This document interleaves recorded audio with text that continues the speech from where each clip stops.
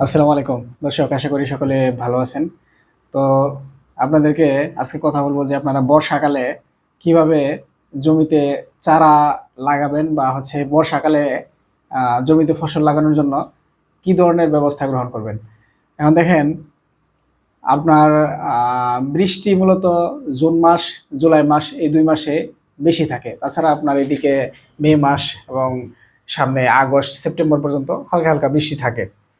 কিন্তু মূলত সমস্যাটা হয় জুন, জুলাই এই ২ মাসে। দেখা যায় যে আপনার জমি রেডি আছে, এখন আ জমিতে আপনি বীজ দিবেন, হুটহাট বৃষ্টি নেমে গেল, জমিতে জো নষ্ট হয়ে গেল। বীজ দিলে আপনার বীজ পইচা যাবে। অথবা জমিতে বীজ দিছেন যেকোনো ফসলের, তারপরে একটা বৃষ্টি পড়ে গেছে। তো ওই অতিবৃষ্টির ফলে মাটির আর্দ্রতা বাইরে গেছে, বীজ পয়সা নষ্ট হয়ে গেছে। এই ধরনের ঘটনা ঘটে।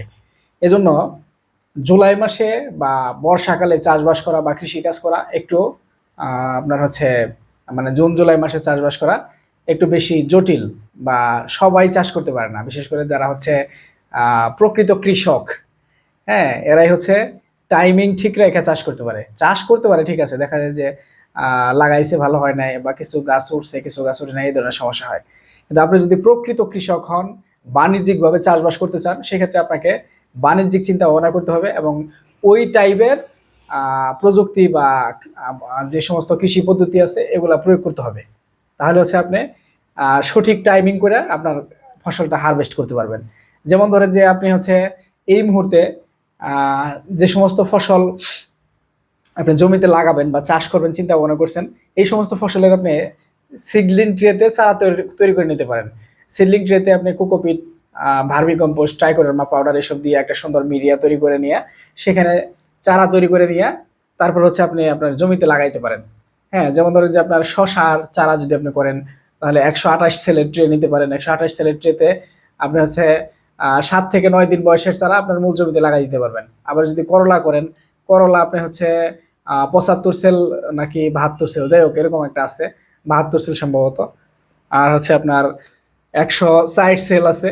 এগুলাতে আপনি করলার চারা করতে পারেন। করলার চারা সাধারণত আপনার ২০-২২ দিন বয়স হলে আপনার জমিতে লাগানো যায়, এরকম বয়সে লাগাইতে পারেন।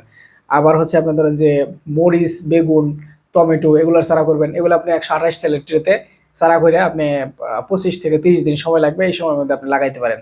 এরকম আপনার হচ্ছে যত ধরনের চারা আছে, যদি দেখেন যে গাছের সাইজ বড়, মোটা তাজা, বেশি শিকড় হবে, তাহলে হচ্ছে বড় ট্রে নিবেন, কম হোলের বা কম ছিদ্রযুক্ত। যেমন হচ্ছে সবচেয়ে কম ছিদ্রযুক্ত ট্রে হচ্ছে ৫০ সেল।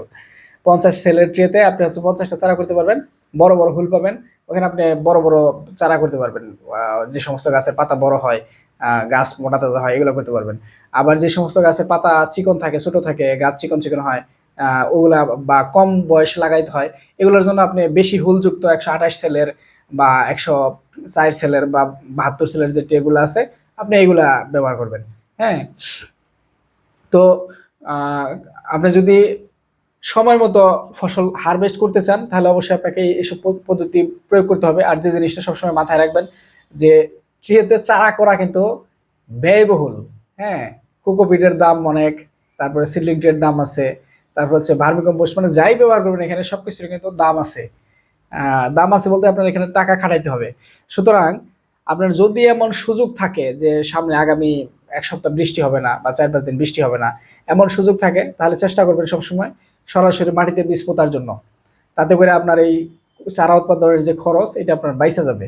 কিন্তু ওই খরচ, সামান্য খরচ বাঁচাইতে যে যদি আপনার বীজ নষ্ট করে ফেলেন, যে বীজের উপর দিয়ে বৃষ্টি হয়ে গেছে বা ভিজা মাটিতে বীজ পুঁতে দিয়েছেন, বীজ পচে গেছে, অথবা টাইমিং ঠিক করতে পারলেন না, যে যখন লাগাইতে চাইছিলেন তখন লাগাইতে পারলেন না, তাহলে কিন্তু এই খরচ বাঁচায় কিন্তু আপনার খুব বেশি লাভ হবে না। এজন্য এই বর্ষা মৌসুমে যারা হচ্ছে নতুন করে কোনো ফসল চাষ করবেন, আপনারা চেষ্টা করবেন টাইমিং ঠিক রাখার জন্য এবং সিডলিং ট্রেতে চারা তৈরি করে নিয়ে সুস্থ সবল চারা জমিতে লাগানোর জন্য। তো ভালো থাকবেন সকলে। আসসালামু আলাইকুম, আল্লাহ হাফেজ।